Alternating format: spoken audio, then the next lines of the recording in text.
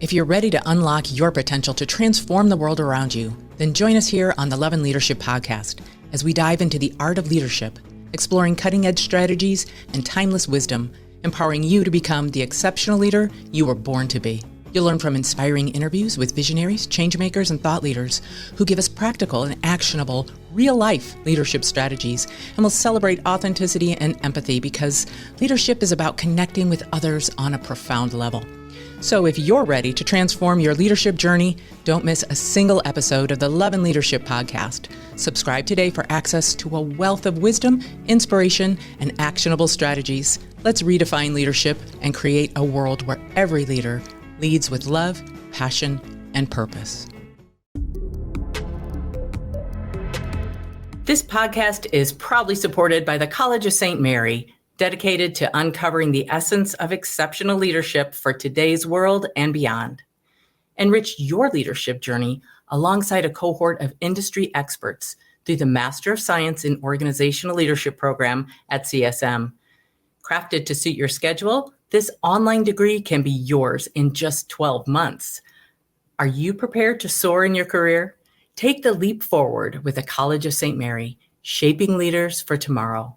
Explore your potential today and learn more at csm.edu/MSOL. Welcome to the Lovin Leadership Podcast, where we bring you interviews with extraordinary leaders who are changing the world. I'm Dr. Beth Merkel, your Lovin Leadership Podcast host, and today we're honored to welcome Mr. Rich Batchelor to the show. And Rich is a seasoned change management professional with a remarkable 30-year track record of success. He's currently serving as the president of the Global Association of Change Management Professionals, the ACMP, of which I am a proud member. And he's a driving force in delivering transformative change for organizations across the world. He's the visionary behind the Toronto Change Days conference and a certified Lego serious play facilitator and workshop designer. And I'm absolutely going to need to hear more about that. Rich offers a wealth of knowledge to disrupt traditional thinking about change and leadership. So join us for a dynamic conversation as Rich shares his insights, humor, and passion for cultivating a culture of curiosity and positive change. Thank you so much for joining us on the Lovin Leadership Podcast, Mr. Rich Batchelor. Thank you so very much. An absolute pleasure to be here and be prepared for what I'm about to share. Oh my goodness. I don't know if we can be now. This is exciting stuff. This is wonderful. I'm hoping you'll open with a little tidbit about what it means to be a certified Lego serious play facilitator. What is that? Yeah, absolutely. So, you mentioned in my introduction that I'm always keen to push the boundaries, push the edge in terms of how we can learn, how we can experience change in leadership. And Lego was something that is not just a kid's toy, but it's also something that can be used to develop thinking through your fingers. Really, and that's as much as it comes down to. We often get caught up in learning and development activities that focus on audiovisual activities, text on a page, all that stuff. But I love the fact that Lego allows you to translate that into a physical 3D form that you can actually feel and touch as you're doing it. And without getting into the whole neuroscience behind it all, it's been proven many times over that that's an additional way of helping people to learn, is to get people to feel and touch and do things as they're going through it. So I've been doing this for approximately, gosh, 20 plus years in some shape or form. And I love doing the activity that gets people having some fun, taps into that inner curiosity of childlike quality, and brings to the surface a whole range of kinesthetic focused activities.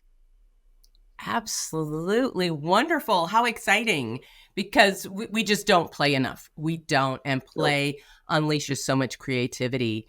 And in my opinion, and I believe you share this, that creativity is really at the core of successful change facilitation, change management, change leadership, Yeah, and problem solving.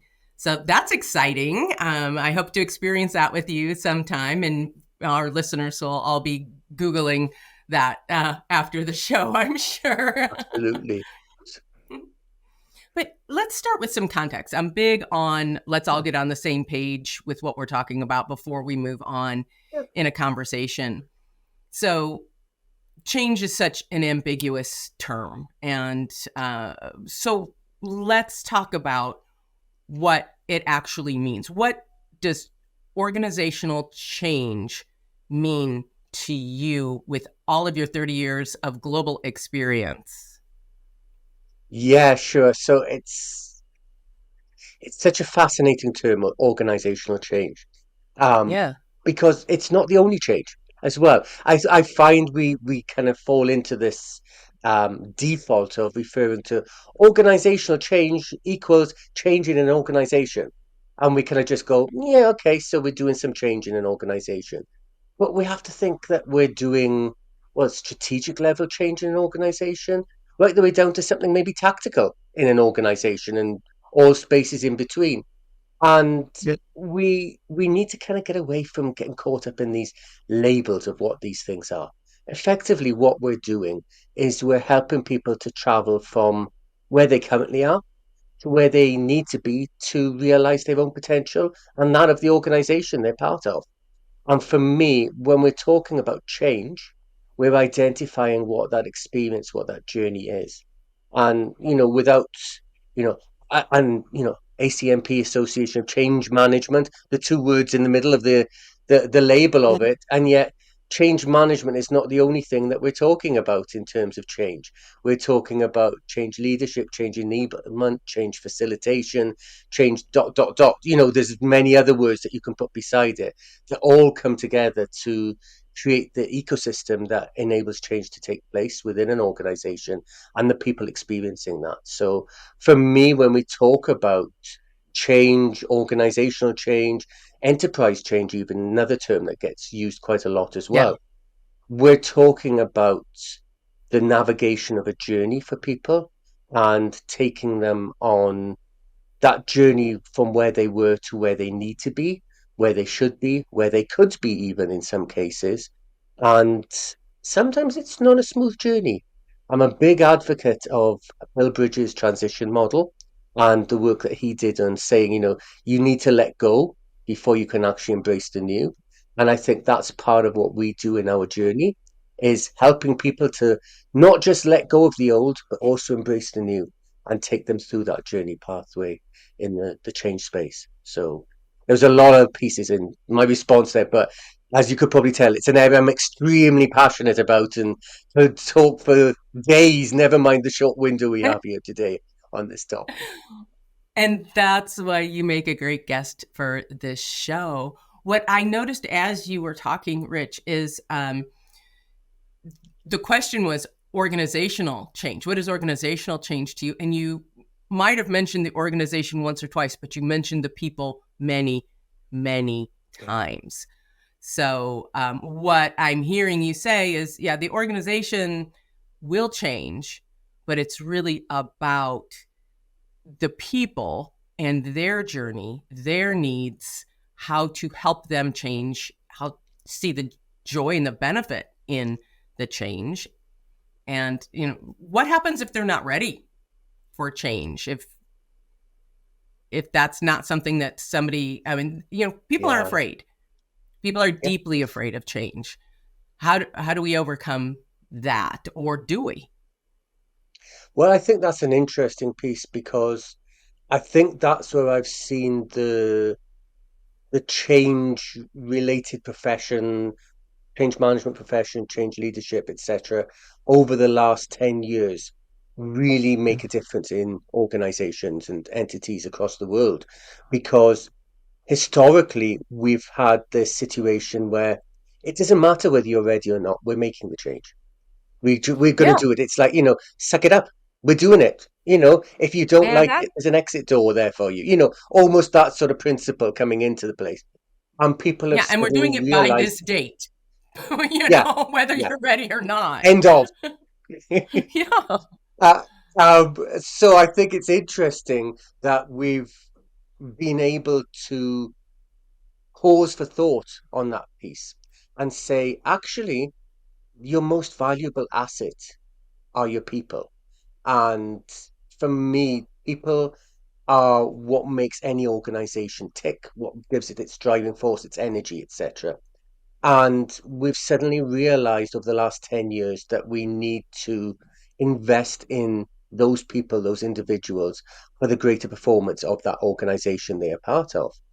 And that means that we now look at whether an organization and its people are ready for a change, or whether we are saying to folks, no, actually, we've got a bit of work to do here before we can make a change happen. Because if we just Yeah. go ahead, this change may technically happen, but may not be adopted by the people in the organization. And we're going to have a very expensive ornament on our hands that nobody knows how to That, use, do, or anything, and just look at and go, yay, we now have a blue button on our computer or whatever it may be, whatever that means to mhm. folks. So I see a lot more investment in that. And, all the work that was triggered really with pandemic lockdowns and all the sort of restrictions that happened throughout that period in time also prompted people to recognize that part of that is about personal health, wellness, and resilience building. Because Yeah. an organization that has people with a strong level of resilience and kind of harmless, I suppose, is a way of looking at it, are more ready to do change when it comes their way than an organization that is constantly in panic mode and looks like maybe the chicken farmer has decided he's going to look at what's for tea tonight or whatever, that sort of piece and everything. So, there's a little bit of a difference in that sort of approach. So, I love the fact, and this is where I kind of put my ACMP hat on here, and I'll be honest, I may do this a couple of times as we go through the conversation as well. But with the Association Standard for Change Management, it says let's start by looking at organizational readiness. Is the organization ready for this change? Because all successful change depends on making sure that folks are ready for the change that's coming their way before they can actually take that forward. And that is so often the piece that is ignored. If there's a need, everyone must be ready, without recognizing the level of identity people have in what they're doing right now and their Yeah. feelings of, perhaps loss or even grief Yeah. over a change, depending on how extreme the change is. That's one of the many things that drew me to the ACMP uh, organization. First of all, the dynamic people involved. Oh my goodness. Every meeting is fun and Yeah. challenging in all the best ways. But that it is so people centered, whereas other change organizations focus more on process and outcomes. And process and outcomes are very important, but you've got to start with the people themselves, as I will say in ad nauseum, as part of the Lovin leadership mission and mantra. But so I am recently became the president of the forming chapter. It's brand new chapter in the U.S. It's called the Great Plains chapter, and so we have put together a petition to cover five states. That's what we're Yeah. hoping for. So North Dakota, South Dakota. I have to think about this. Nebraska, Kansas, and Missouri. So it's a really broad geographic Yeah. area with a lot of, believe it or not, a lot of difference in culture. But the Yeah. question that comes up again and again, and especially when I told the group that I'm interviewing Rich Batchelor, they're like, oh, and the questions just started pouring in. So all of these questions are from change managers themselves. And it was the easiest script I ever put together. It was like, okay, what do you want to know? Um, but the big question across all of these regions, and I'm sure others, is how do we make a case for the need for bringing in a change management professional, right? I see it again and again. Organizations want to change. They put together a plan. They put together a timeline. They get the money that they need, and maybe an afternoon with a change workshop kind of a thing. Check, we did the change management. That's not what ACMP talks about. That's not what we're about, and that's not sustainable. So how do we make the case as change management professionals to the people who make the decisions, to the people with the pocketbooks that say, hey, we've got to invest time. We've got to invest resources. We've got to stop looking at outcomes before we look at people, because that often falls on deaf ears. How do we make that make sense? Yeah, it's a great question. It's something that, I have my short answer and my long answer, and I'll probably try and blend between the two of them for today's purposes. Um, but my short answer is actually quite straightforward when we're talking with leadership. And I refer to leadership as being the people in charge of an organization, even though we both know that leadership is a behavior, not a title, and all of that sort of piece. But for this purpose, Amen. I'm talking about, the leadership, maybe put the in front of it to point that in the direction I'm referring. But Yeah. there's two elements of that conversation. One is, what's your highest value line item in your monthly or yearly accounts? I'll guarantee you 99% of the time it's salaries. Salaries is always the largest cost item that everybody has in any company. So my viewpoint is to have the conversation that says, so if you're spending that much, don't you think you should be investing and getting the best return on that amount of spend? Don't you think you should be looking at a way to actually get the maximum benefit from actually how much you're spending on that salary cost piece? Now, interestingly, that cost piece is about your people and how well they perform in the organization. And you've put a value on how well people can perform. As change management professionals, what we're endeavoring to do with your assistance, and I say with, not to you, we never do change to people, we always do change with people, that Amen to that. what we're looking for here is to support individuals in maintaining the highest level of performance, production, impact on your organization throughout any other blips, disruptions, or changes that may come along. And when we focus on keeping those wheels turning at the same level, then you are getting a benefit from this financially. Then you are getting a benefit from this reputationally. And what you're also doing is you're becoming an employer of choice for future hiring. So you're becoming somebody that people talk about in terms of, oh, they invest in their people. They want to do the best with their people. They want to do what's best for those people. So that's my kind of um, emotional, psychological piece of positioning, I suppose, in terms of trying to tap into the leadership's need to get the best money back for whatever they're investing in, and also recognize that it's about reputational management and PR, and that change management just happens to be a vehicle for doing that stuff. The other side of it, and the other pieces that I will do if I'm given time, and I mentioned Bill Bridges earlier on as well, and I'm a great lover of his particular model, the transition model, is I will sometimes get an activity, a 5 minute activity done with leadership, where I will pull up a graphic representation of his model and explain some pieces to them, and I'll get the individual members of that leadership team to just take a moment, take a Sharpie or marker pen, and draw a line across this image that shows the typical journey they went through the last time they dealt with change. And we'll just spend 2, 3 minutes doing that. And then I'll get them to reflect back on what they've just drawn. Because I guarantee you it won't all be small, quick, short little straight lines in a corner. It'll all be messy, twirly, whatever it is lines. And I say, you've just drawn a representation of how your organization navigates change. Wouldn't you like to have a bit more structure and order to those journeys for people? Wouldn't you like to have a feel where people can go through that journey in the least amount of time, with the least amount of twiddles, twirls, and whatever else they've drawn in that piece, and be close together and consistent as they're doing it?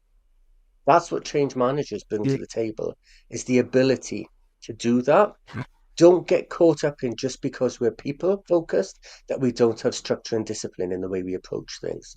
It's too easy for people to look at us and go, yeah, yeah, you just do the fluffy stuff, don't you, people? You're going to come along and make people feel good about themselves and all that sort of stuff. It's like, well, yeah, we'd like to do that, but we do it in a structured approach. And it's not about just coming along and holding hands in a situation as well.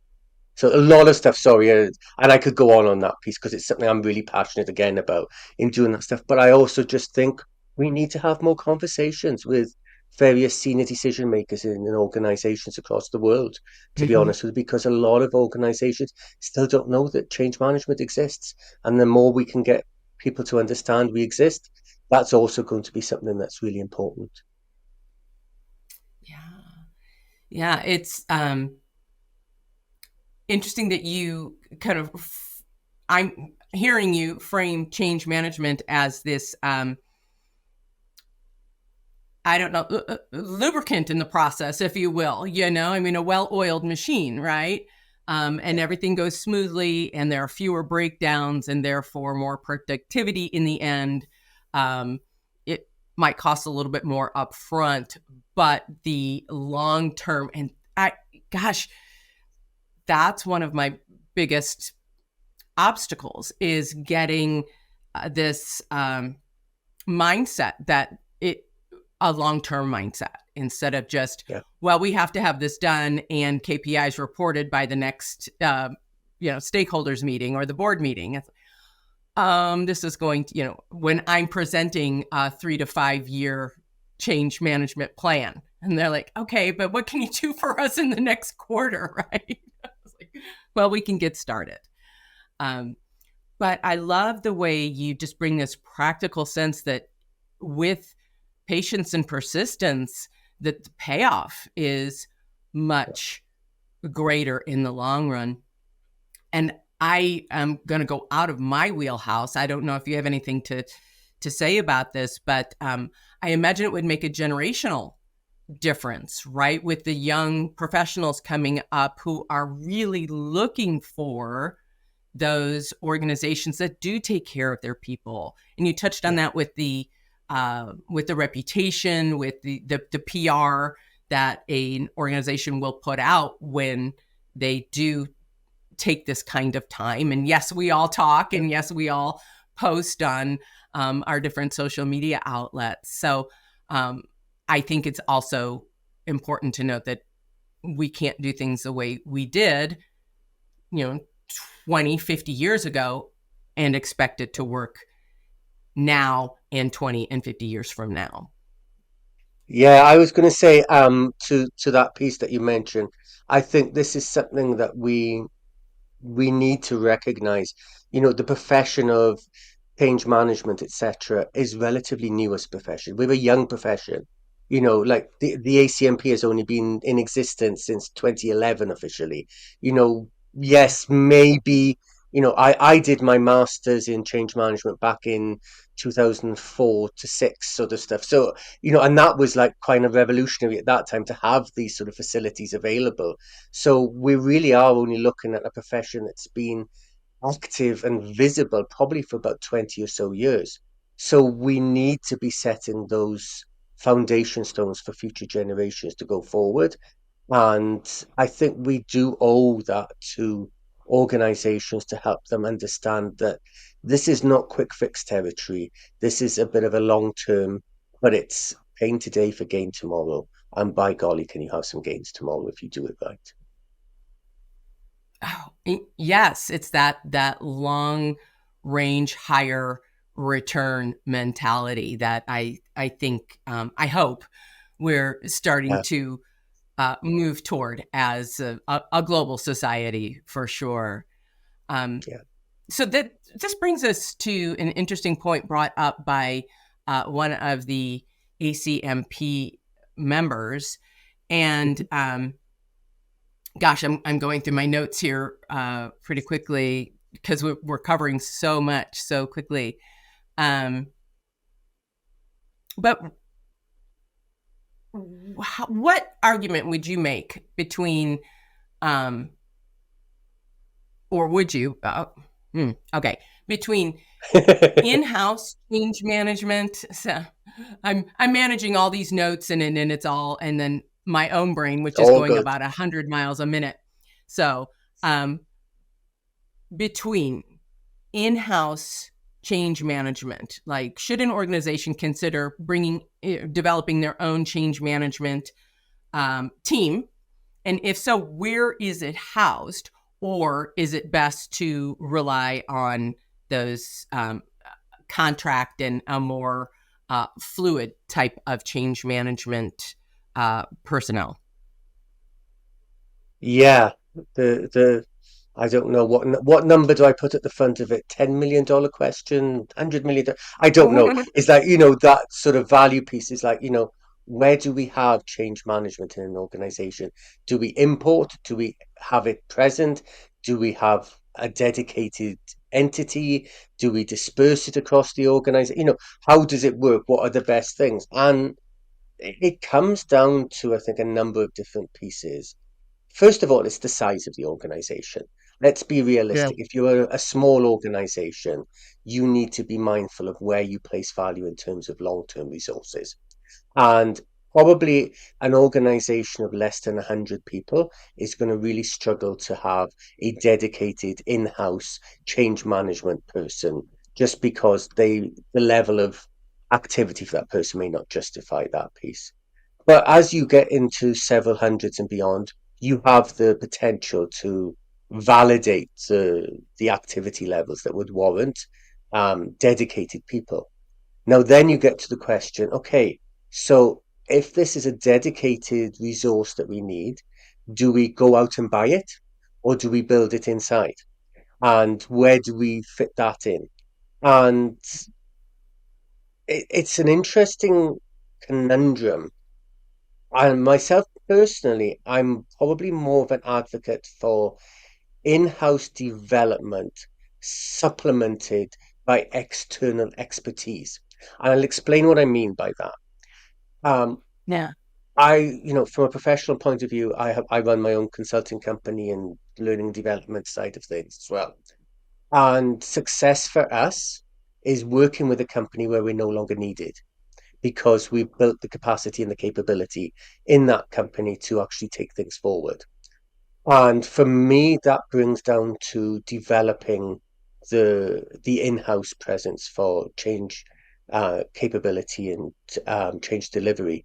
And I would say that you can build the delivery folks, but you also need to recognize that they may not know everything about a situation that's going on there. So I'm an advocate for building those individual presence pieces, but then bringing in expertise, specialism, what I refer to as a true consultant rather than a contractor, where the consultant is somebody who brings their own knowledge, expertise that isn't currently present in the organization, and can share that and enable the organization to take that forward. So I think that's where you pull upon external. The other time you may pull upon external, I would say, is where you have a sudden shift that's quite quickly come about with an organization. Sometimes a merger and acquisition that's caused two organizations to quickly come together. A lot of people, a lot of activity. The in-house may not have the sufficient capacity, very unlikely that it would. So you then need to bring in an external bundle of folks to do that stuff. Or other one-off things that are just going to kind of take your activity level to that peak bit moment. And while you're dealing with that peak piece, that's your time to bring in your externals. Yeah. But then all of these Not. people have to be educated and learn about practice from externals typically. So that's when the externals can actually bring their space into play and everything. The third element of this is, okay, so we think there should be dedicated people in an organization. What part of the organizational structure does this sit under? We have this a huge question. And it's Huge. like, well, they deal with people. So we'll put them into HR, or maybe we'll put them attached to learning and development in HR or something around that space. And then they go, but yeah, but they're delivering for projects, so shouldn't they be in the PMO or associated with the PMO piece and things like that? And those two elements seem to be the biggest sort of pulls. Which way do they go under in that side? And then we get a few other little pieces that come in depending on the actual organization itself. I'm personally a huge advocate for neither of those areas.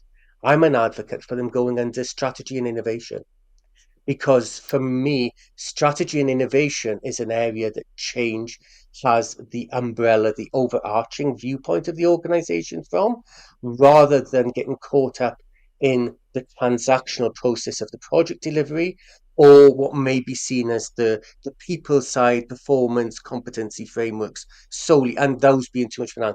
So for me, I'm an advocate for if there's anything like strategy, innovation, research and innovation, that sort of space, that's where I like the change management presence to sit in because of the viewpoint and the lens that they can look at the organization from. And also it tends to be the most progressive part of the organization. And you really Mm, need to have the support of the progressive part of the organization to make things happen. that makes really good sense. If change management is housed in the strategy and innovation area, wherever that lands in an organization, then that implies that change is always happening in an Yeah, organization instead of we're changing right now and then we're going to go back to normal. And now we're changing again and now we're going to go back to normal. A healthy yeah, organization is always changing, growing, um, learning, adapting. And if these professionals can be part of that team from the very uh, inception of the need for change all the way through, then I just, again, as you said, just see it as a high quality ingredient, if you will, yeah. in that change recipe. I think that's an important understanding that changes the traditional uh, thought about which you promised to do. So thank you for doing that. Yeah, you know, and I see both sides of the in-house and external um, change management roles. In-house uh, allows a change management professional to get to know the people, to get to know the organization, the mission, the resources, the culture, and work within that to facilitate the change, to examine the change, to support the change, all of these things. But let's face it, sometimes, what is it? A prophet in their own country, is never really appreciated, and so you can get to be, oh, that's just Beth. She's worked here for 5 years. She always has an opinion, but I say, well, yes, but now we've got Rich Batchelor coming in, an external change person, and he's going to help us through this part of it. There's a refocusing and a new yeah, energy that somebody from the outside can bring in. So I love that you said that there's an important synergy yeah. between internal and external, as long as your timing is good and the quality of the change manager is high. Well, that is the other thing as well, is I do feel that and this is potentially a role for us as a profession going forward, is being able to identify what is a good quality change management person. How does somebody know? What confidence level can an organization have if they're going to hire somebody, whether it is external or into an internal position, whether it be, qualifications like the CCMP that the association does, or other qualifications that are about and out there. We want to make sure that people feel that there is that confidence that this is a good indicator that this person knows what they're talking about and isn't just going to be looking at Wikipedia every time we ask them a question or anything. So, Yeah. Yeah, YouTube and what have you. Although, a good podcast every now and then can be very informative. absolutely, absolutely. So that's interesting, and it brings us right to the next question, which when one of the members of our chapter brought up, I mean, there was like a resounding, like, yeah, I want to know that. We want to know that. And that is, we're talking about a high quality change professional. As a change professional, if I am hoping to maintain my status as high quality, is it better to dive deep into one model?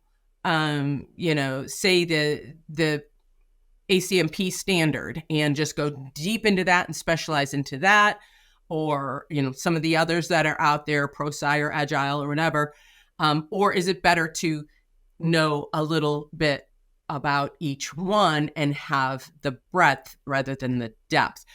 The group is so curious about that question. What are your thoughts? Yeah, so it's an interesting piece, and I'll do some positioning before I respond as well, just to kind of understand where All my right. thinking comes from on this. So there are models, there are methodologies, and there are frameworks. And that's what I look at here. So we have models that may talk to a journey path. For instance, I mentioned build bridges.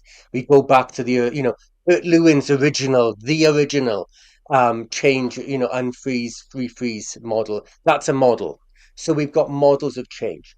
Then we have methodologies of change, which maybe build on a particular model and say, this is how you can use that model to deliver change successfully. And we see things like ProSci and Kotter coming into that stuff where ProSci builds on the ADKAR model to actually deliver the methodology. We have John Kotter, and Kotter International that builds on his 8-step model. And again, that's where they start to bring in a methodology. And then we also have frameworks. And for me, I would say that ACMP is actually closer to a framework than necessarily a model or a methodology, because it's giving you an outline of what to expect in terms of the journey through change, rather than telling you this is what you should do and this is what it looks like at each point in time. It's more about posing questions and thoughts, because then you can choose whatever model you are comfortable using, whatever methodology you are comfortable with. And it's one of the big things that brought me to ACMP right back at the beginning when we were founding this stuff, because yes, I was there when we started this thing off as well. So I was like involved from the very beginning. Was that we prided ourselves on being methodology agnostic. We don't say that one methodology is better than any other methodology. We say that, you can use a single methodology that you're comfortable with regularly that may fit the types of change you are doing, and it will match the framework, the journey path we outline within the standard, and we'll highlight things that methodology should be considering. But we also recognize that you may want to play a more pick and mix approach and say, actually, I really like model A methodology B for starting, but I kind of like to finish off with a bit of C and D. For me, and I talk from somebody who's been doing this for way too long. It's not way too long because I enjoy doing it so much. So it's that. But for me, I think it is better to have many, many approaches, whether they be models, methods, or frameworks in your toolbox, than get anchored to a single approach. And I'll explain why I say that.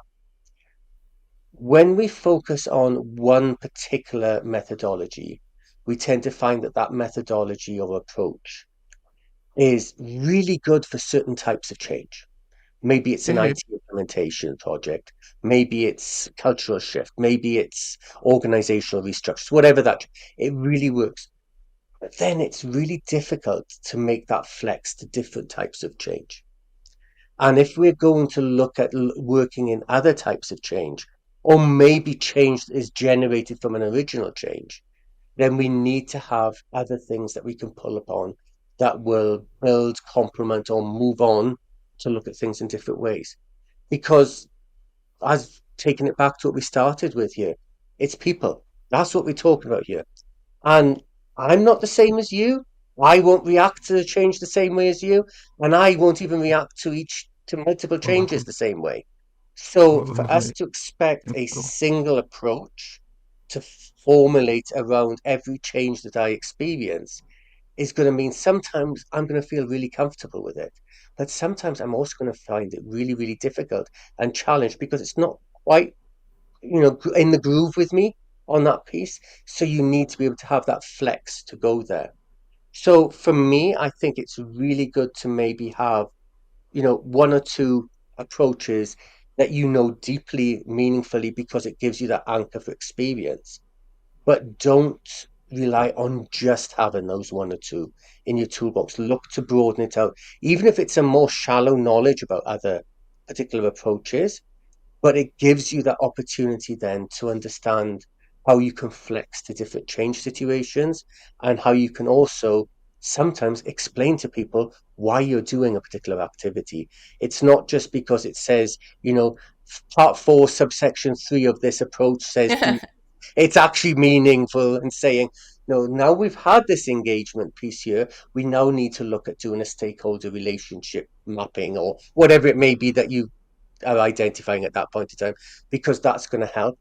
The way we're going to approach this is going to be using a bit of this and a bit of that, whatever that sort of piece may be that you're looking at. So I suppose my quick answer is deep on one or two. Don't just anchor yourself on one or two. Broaden yourself out and make sure you have an understanding and recognize the difference between models, methodologies, and frameworks in the way that you build your approaches as well. Mm. I'm a true believer in this flex approach that you're talking about because, as you said, it allows us to modify and customize the change approach to the people, to the organization, to the time, to the department, um, much more fluidly instead of trying to take a square peg and stick it in a round hole and just keep hammering on it till it fits. But we can say, okay, I can modify my approach to by choosing from this toolbox. It's one of my favorite words. I tell my students all the time, put all these things in your toolbox and choose them accordingly, because you have to get to know your people so that you can know which tools to pull out, right? And use effectively with them. And also from a very practical perspective, we can spend incredible amounts of time and innumerable amounts of money getting certified in everything, becoming an expert in everything. And it's just not necessary. We can be really good at certain things. And by knowing self, which is the core of good leadership and good change management, we have to know this first. But then I can say, well, I use the ACMP standard as my framework, and I'm CCMP, certified change management professional, and ADCAR. I've got this, but I can call in somebody if I feel like the Cotter approach is more important or more appropriate to this particular, or it's more of a structured approach for an IT group. I can pull in that person. So I love that idea of knowing as much as possible, but really specializing in one or two areas. And that's where organizations like ACMP come in so handy, if you will. They're so effective because in a group, we get to know all these people who have used all Yeah. these different models over X number of years, over X number of industries, and we can bring our situation and to the group and pull Yeah. from them to fill in the blanks. So I think it's a huge value that ACMP brings to the profession.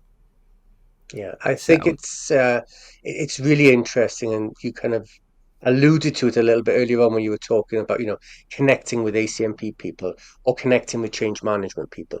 We're kind of people, so we really love to engage and share and really talk and learn from each other. And I love the fact, and I've always loved the fact that I can meet anybody in the profession anywhere in the world, and very quickly we'll start sharing more stories.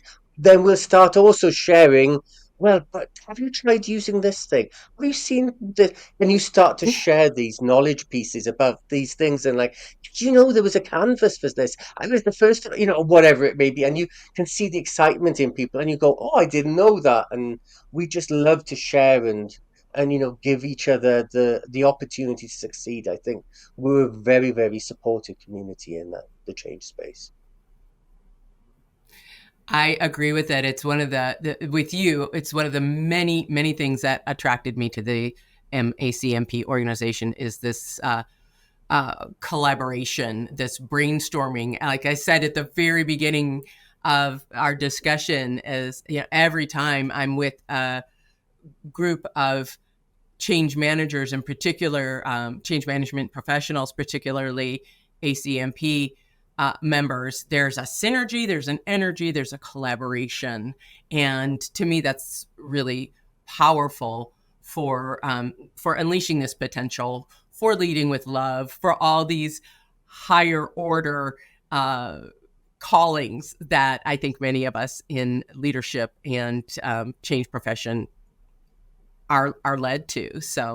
Um, so that leads us to another question that was resounding across the membership, and they want to hear your stories. They want to know what good, bad, ugly stories, what sensational stories, what he's got to have stories to tell. We want to hear one. So, do you have a change Oh, I've got management? I've- some great stories I could share with you, but um, I think so. A little bit earlier on, you actually mentioned about the whole piece of you know, people going through change, responses, reactions to change, and loss and fear and anxiety and all of that sort of experience. And I'm a huge advocate for recognizing that in the journey for people going through, whether it's, a highly emotive piece that pops from people, or whether it's less emotive in terms of, well, good riddance. I never liked that computer system anyway, whatever it may be. Sometimes it comes into that sort of piece. But one of my most, I don't know whether we call it famous or infamous um, uh, activities goes back, oh gosh, mid 2000s now it would have been. And um, I was working on creating a shared service center for many government agencies coming together. They were going to share services on finance, HR, procurement, some of those sort of pieces coming together. But it was also at a time when they were moving away from paper to digital. So Oh. they were going to be stopping the paper files that were rows and rows of things forevermore on that piece. And I'll be totally honest with you. We didn't do the best job helping them transition because we were so focused on moving people into the building and getting them up and running. We maybe didn't focus enough on how they did their job and how that was going to change, etc. So Mm-hmm. when the sort of day one of shared service center existed, we were doing a bit of a observational walk around piece, just seeing how things were, etc. And we kind of were like, doesn't seem to be quite going what we thought. People weren't on the computers as much. There was still a lot of paper going around, and we were kind of going, well, maybe they just kind of still doing the transition of paper going on, and they're updating cases or systems or stuff like that. But we kind of checked back in a few times on this, and what we discovered was that the folks in the majority of the building were doing the new way on the technology, but still also doing the old way at the same time. So it was like, well, we'll do the new thing, but we're not letting go of the old thing either. And we had a bit of a conversation about this and realized that we'd probably not done enough good work on helping them to let go of the old, back to that bridges model piece, I suppose. So I had to do something a little bit radical to help them move things forward. So I created a funeral for the old way of doing things. This is what we did. We had Brilliant. we had a full-scale funeral, and as part of that funeral, in the parking lot outside the building, I actually had three burning oil drums where people threw paper into and said goodbye. They physically and verbally said goodbye to the old way of doing things. Obviously, there was a lot of health and safety. I had to have emergency services to have, that sort of piece. So this was not something we decided in an hour to do. It took me a few days to get set up, etc. as well. A weekend, I think it was actually from the initial idea. But we had an opportunity for everybody to gather and say goodbye. And what was so fascinating with this was that it prompted emotions, so much emotions to come flooding out. Because you had people going, I remember when I sat here and I did this, and I remember when I sat next to so and so, and do you remember when this happened? And all of these memories coming flooding back. And it was one of those situations where I was able to give people a recognition of the past not being bad. We weren't getting rid of it because it was bad. We were actually recognizing it for its power that it brought to enable the future to be where it was going. And people recognizing this piece, but also people having that emotional journey path as well. They actually were able to go through that piece. And, it's not something I've advocated for doing a lot of since with the fires, etc. But I do advocate for funeral type things or wakes or things like that. I always comment about projects, always seem to be able to find the money for pizza parties when we go live on an IT system. But where's the money to actually say goodbye to the old? Where's the money to actually have a moment of doing that? Can't we just kind of split it a bit and do that? Because if you allow people the space, and I encourage memory boards and all sorts of other things to come into that place. But yes, the burning oil drums outside a new shared service centre and people getting emotional and hugging and all sorts of things is probably one of my most famous or infamous stories and experiences of what I encourage to take place. I love it. I love it. What you just described is so beautiful, in that on the front end, people are embracing what at the time was the new technology, right? And yet the need for this primal connection to Yes, one another and emotion, and you met both. And I love, that's change management. That's change management. I love it. awesome, Thank you awesome. so much for sharing that with us. And um, as always, I could go on and on and on. This is a brilliant conversation. I'm having so much fun, but we are going to run out of time and attention here. So I want to turn it over to you specifically, Rich, and ask, what do you have going on in your life? What is your latest project, your consulting services, anything at all that you want to share with the Love and Leadership audience? Yeah, so I'm one of those people, if you haven't already worked it out, that tends to put my finger in many, many pies. I'm one of those people that says yes to lots of things and then work out how to make it happen afterwards because I get excited by new things. But In 2024, there's probably, so I'm going to say two things to share with folks that are key to me. One, one from the professional side of things that I'll share to begin with, which is from the company. So Capillary is the company that I run and my own company, and I've always been an advocate for doing things that enable people to learn. We have a learning side, we have a consulting side, and in the learning side, we have a lot of qualifications. And actually, what's kind of a bit of a milestone for me is one of our qualifications is the certified change agent qualification, and we're actually celebrating 10 years of delivery, over 1,000 people through the program, and the 100th delivery of that this year. So that is kind of like a big milestone for us to be celebrating that. So I'm not a huge Congratulations. one. That is a big milestone. That's So I'm not wonderful. a huge one for self-promotion, but I'm just so like in awe of so many people that have enjoyed doing this program and love doing the stuff. I love the sharing of that stuff. So that's a huge milestone for us on a professional point of view, in the company point of view. But then also, I think the other big thing for me is with the Association of Change Management Professionals, and I'm extremely honoured to be the president of that.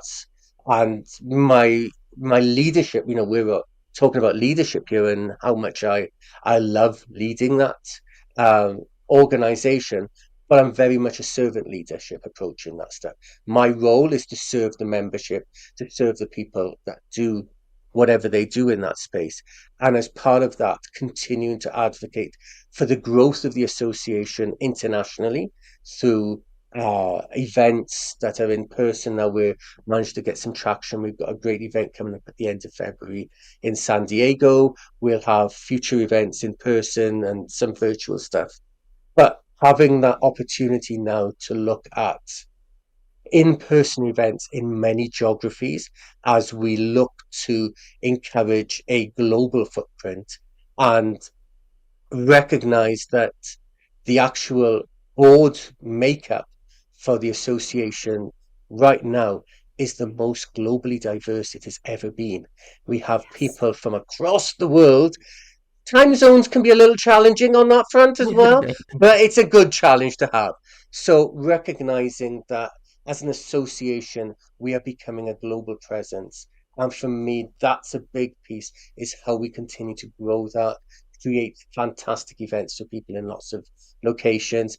And of course, like yourself, in developing the Great Plains chapter for yourself, then we're also looking at how we might have further presences with further chapters across the world. And always supporting that, because we know change management folks like to talk to change management folks. So let's find ways to do that. I will look forward to doing that, to connecting all across the globe with through the ACMP and um, just with wonderful people like you and podcasts like this to share the change management a message, which is, it starts with the people, and Yeah, we can lead change with a loving approach, believe it or not. It is the most effective way, in my humble opinion, and I think you feel the same way. So, thank you so much, Mr. Rich Batchelor, for being on the Lovin Leadership Program with us today. It has been our joy and our pleasure. thank you so very much. It's been an absolute pleasure to have the conversation with you and give me the freedom to say what I say as well. So I appreciate that. And thank you for tuning in to the Love and Leadership podcast. And be sure to subscribe and like and share this episode and hit that notifications button so you don't miss out on a single thing. I really hope you enjoyed this episode and that it inspired you to help the people in your organization experience change in a whole new, yes, loving way that helps them become the best version of themselves through the change process. Remember that leading with love is a superpower that transforms the world around us. So let's go out there and make a difference, one love and act at a time. I'm Dr. Beth Merkel, and I can't wait to connect with you again on the next episode of Love and Leadership. This podcast was made possible by the College of St. Mary, offering a fast-track opportunity for professionals to achieve a master's degree in organizational leadership online in just 12 months. Tailored for working individuals, our program paves the way for career advancement. Take the next stride in your journey with the College of St. Mary. Apply now at csm.edu/MSOL and unlock your leadership potential today. Thank you for joining us on this incredible journey we call Lovin Leadership. Now it's time for you to take action and unleash your true leadership potential. Here are 4 easy steps you can take today. Number 1, subscribe. Hit that subscribe button. Number 2, share. Share the love with your friends, colleagues, and fellow leaders. Number 3, connect to our Lovin Leadership community by clicking the link below. And finally, take the knowledge and wisdom that you've gained from this podcast and put it into action. The Lovin Leadership Podcast is more than just a podcast. It's a movement. Together, let's rewrite the leadership narrative and create a world where love, passion, and purpose thrive. I can't wait to see the incredible impact you'll make as a Lovin leader.